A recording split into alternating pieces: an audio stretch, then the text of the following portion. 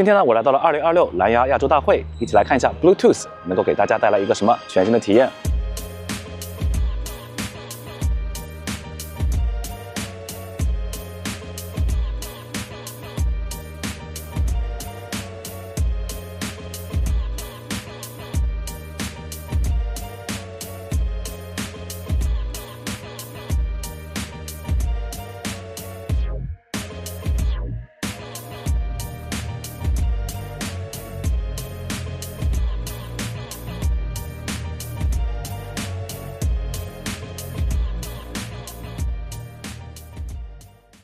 现在呢，我给大家展示一个 Auracast 的一个非常常见的一个功能啊，也是非常好用的一个功能。那么 Auracast 是什么呢？其实就是可以通过手机呢去连接 Auracast 这边的一个广播，可以简单的理解为呢，就是通过你的耳机的话呢，就可以直接去连接到这里正在播放的一些音频的内容啊。然后呢，一般来说在这上面会有标注这个是 Auracast 的一个名字，或者叫 Channel 的一个名字，这个就是它的一个 Auracast 的一个发射的设备，简单理解为它是一个发射的设备，蓝1、蓝2、蓝3，然后还支持 TX、RX 等等这些。那么通过这个的话呢，就可以去配置这样子一个 Auracast 一个频道，非常小的一个盒子，还有一些这种可插入的 USB 的这种 dongle 啊，也可以去做一个 Auracast 一个发射的一个功能。简单的演示一下，可以找到一个叫收听 Auracast 广播，当你点击之后呢，它就会去搜索周边的一些 Auracast 的一个广播，可以看到目前有非常多的一个频道，包括这边的有个舞台的，也就是我左手边的舞台，然后 stage 还有中英文的频道，你可以理解为它其实就像一个广播一样。那实际上你只需要在第一时间叫连接的那个时间去选择，然后呢，后续你手机关机啊，或者手机不在你身边，不需要连接蓝牙，完全就可以直接把这个耳机和这个 Auracast 的频道去进行这样子一个直接连接啊。那现在就有一个场景啊，比如说我现在在一个健身房里面，然后呢，对吧，准备上去跑步了。那我也想听一下这个电视机，那以前你是怎么办呢？没有办法吧，你没有办法连接到电视吧？那现在的话呢，一般来说会在上面，未来的话呢，在上面会有一个频道，那我只需要在这里选择一个频道，比如说这个叫 TVC46，哎，现在这个声音呢就直接传到我的耳朵里面了，我能看到这个精彩的比赛的同时，别人完全听不到。所以说这也是一个未来的趋势啊，也就是说在公共的一些场合里面的话，会有更多的这种频道 Auracast 的频道，你只需要通过手机去做一次连接的话呢，就可以去听了。哇，哎，这音质非常不错，而且目前在这样子一个非常多人的这样子一个平台下面，我感觉这个声音的连贯性啊和包括整体的音质来说的话，非常的不错，没有任何的干扰。Auracast 呢，其实还有个非常好的一个应用场景啊，就比如说像这种的会议上面，大家还在用传统的这种借一个这种听的这种设备吗？现在只需要通过 Auracast 直接去连接一下，就可以去选择，哎，中文的还是英文的，实时同传了。感兴趣的也可以用自己的耳机就可以了。这是一台小米手机，然后联机的话是直接打开蓝牙，然后在这边的音频广播里点进去，然后随机切换你想听的一个频道接听，然后就会直接自动连上了。除了小米手机和小米的蓝牙耳机之外的话，其实目前所支持的设备就非常多了，像包括这个 JBL 的，然后呢小米的、vivo 的，这个是红米的。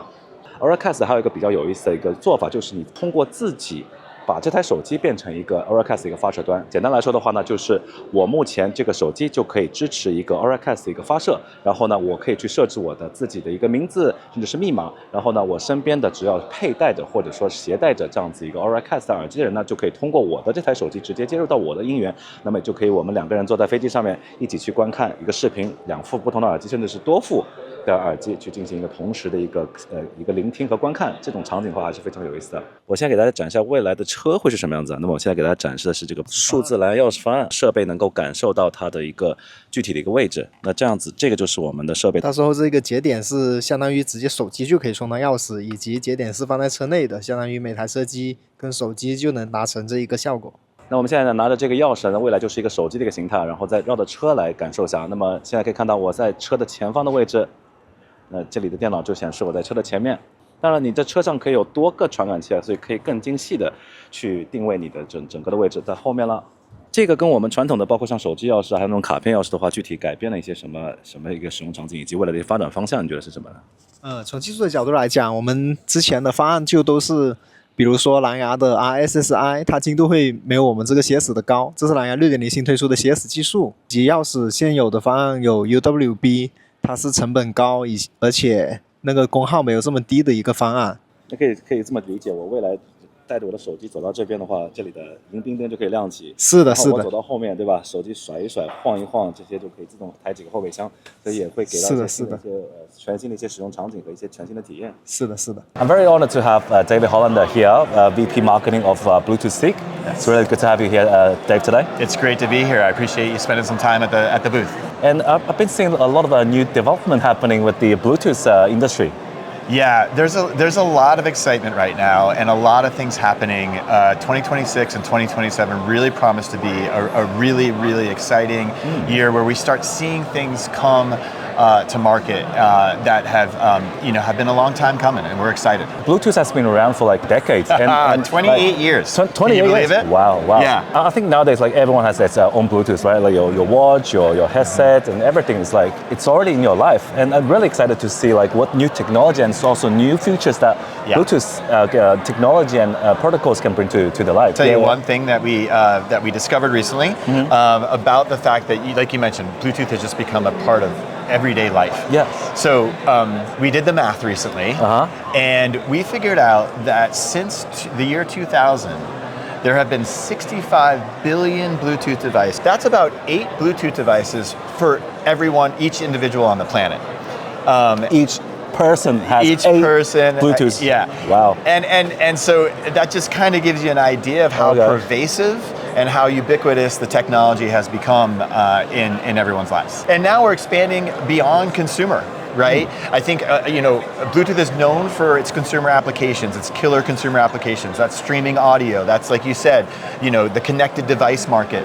But we are expanding out into commercial and industrial areas, and very, very excited to see the emerging opportunities there. Okay, I've got some questions for you. Okay. So maybe start with the Auracast. It's ready. Can you quickly explain like what Auracast is? We think of 2026 as the year of Auracast in a lot of ways, and Auracast is going to forever change the way we share audio, both in private settings and in public settings. So Auracast is a relatively new Bluetooth capability that allows a single audio transmitter to broadcast to an unlimited number of listeners. Wow. Unlimited. It's a one-way broadcast. It does not require a paired connection, and so anyone in vicinity, anyone within range can tune in and listen to the broadcast. And so it's going to unlock a couple really, really cool opportunities. One is when we think about personal audio sharing, right? If you and I are watching a movie together on my phone, for the most part, right now, I've got a pair of earbuds in. I might have to give you my earbud, right? And then we have to kind of share that way. Yeah. There are some proprietary implementations out there that allow for 2 people to listen to the same, or to listen and watch the same movie, but Auracast is going to change all that, right? And so personal audio sharing is now going to be reimagined. And you, your family, your friends, you can share your personal audio with an unlimited number of people around you and enjoy a movie or enjoy a playlist together. And we're seeing Auracast being integrated into things like phones and other platform devices like extremely quickly here. And that's why I mentioned 2026 is probably going to be the year of Auracast, because I think that's when consumers are really going to start seeing not just the logo, but the capability and the experience. I totally agree. There has been some pilot in the Frankfurt airport, which I just off the airport right now. I was thinking, it's very busy, noisy places. So can you tell us a little bit about the Frankfurt airport? Imagine there is an Auracast transmitter there. And so now they are able to that venue is able to broadcast audio to their visitors directly into their personal listening devices. Wow. And this is what the Frankfurt airport has piloted in 2 of their gates, and they'll be expanding from what we understand. We are surrounded by noise our whole lives, even as I sit here talking with you right now, right? There's a lot of ambient noise around me and around us that makes it hard for me to engage with you and focus on you, right? And we don't realize how much noise there is in our lives. Auracast is going to take that noise and kind of cut through the clutter for us. So as I walk into that Frankfurt airport and my flight is leaving from that gate, I'll be able to tune in to the gate announcements directly into my earbuds, or for people with hearing loss, their hearing aids. A real game changer to have that direct-to-ear audio to cut through the noise of the terminal. Like you said, it's almost impossible to hear those gate announcements without it.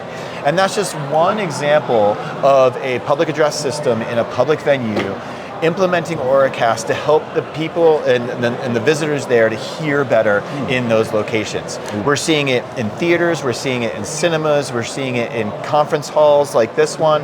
And in fact, the conference at Bluetooth Asia and the innovator stage at Bluetooth Asia is Auracast enabled. I was actually testing the quite unique. You got one channel saying English, the other channel saying Chinese. You can tune to whatever you like.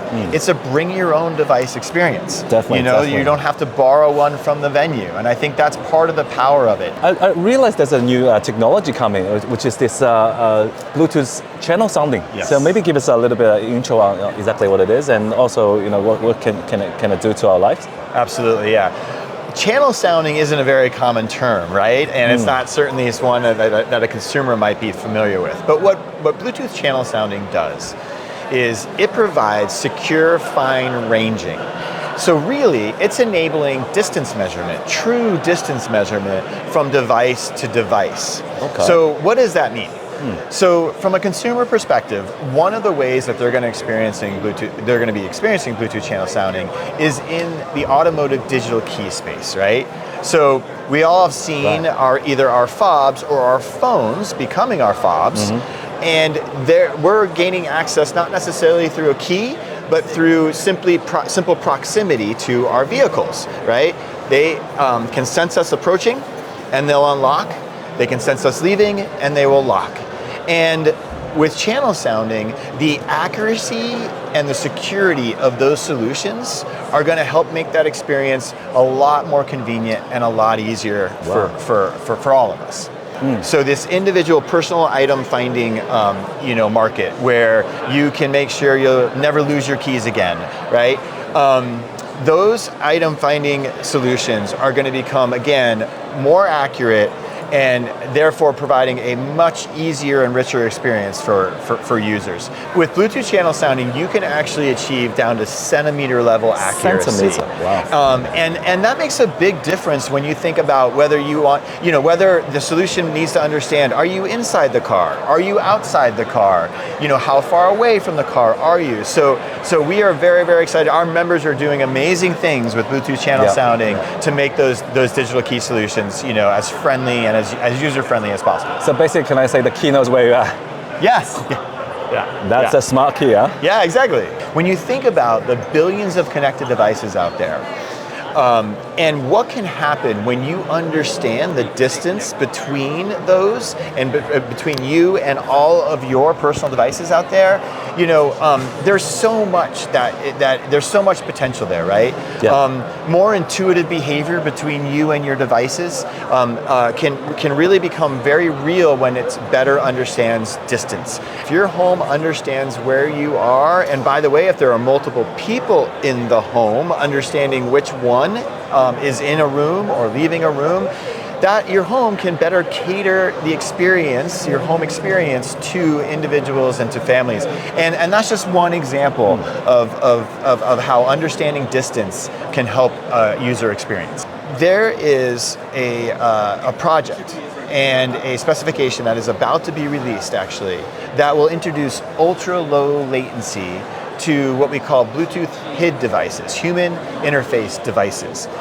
Think of those as mice, keyboards, game controllers, and all sorts of immersive XR devices. And basically what we're doing is we're taking wired performance and enabling it in a wireless device. And so there's no longer that trade-off. It's one thing to cut the cord. It's a whole nother, though, for that wireless device to still to behave and to interact just as well as the corded device. And that is what we're bringing to market. Nobody likes the cord. Exactly. No one likes the cord. We've cut a bunch of them in our time, and we're gonna keep doing it. But we're really, really excited about what both of those innovations do for two of our cornerstone device categories. Yeah. What do you see SIG can support the Chinese number company become securing more advantage in positioning the global market from the China entity? Bluetooth may be big in China, but we are big on China. China is a very, very important market for us. We are always so excited to be here in Shenzhen each year, hosting Bluetooth Asia and seeing the collaboration and the community come together. We have recently established a China entity, and we have offices in China and a team in China to better support the needs of our member companies here in mainland China. What we've done more recently that you may not know about is we have created what's called the China Interest Group. The whole idea of the China Interest Group is to have companies come together to collaborate and agree on regional needs and interests, and then feed those interests and needs back into the specification development at Bluetooth, so that the voice of the China customer, and by the customer I mean the developers in our case, it can be heard and reflected back into the Bluetooth SIG and into our specification and technology roadmap. It's very, very exciting to know. I mean, of course, Bluetooth is a global standard, but we believe that standards are strongest when regional voices help shape the standard. And so we are inviting those voices in ways that we haven't been able to before, and we're very, very, very excited about that. As an AI deeply integrated into various devices, what role do you think Bluetooth technology play? And will the Bluetooth core specification optimize especially AI-driven applications in the future? You know, it's so funny when you say AI-driven applications. It's hard to pinpoint those down now because it seems like every application, right, that AI can play a role in every application. And what I will say is, as far as how we see Bluetooth's role in AI right now, AI requires data, tons and tons and tons of data. And basically, Bluetooth is out on the edge. And Bluetooth is the mechanism currently where devices are sharing data with each other and then sharing back to those AI engines for learning and growth. And so if you think about a neural system, Bluetooth devices out there on the edge are the nerves at the tips, and feeding that information back to the brain, to the AI engine. We see even more growth in the connected device market because of the data that those devices are able to collect and bring back in order to inform AI engines. So we're excited about the role that Bluetooth has and will continue to have in that space. It's really good to have you here today, Dave. Really looking forward to see what Bluetooth can change our life. Thank you very much. Thank you so much.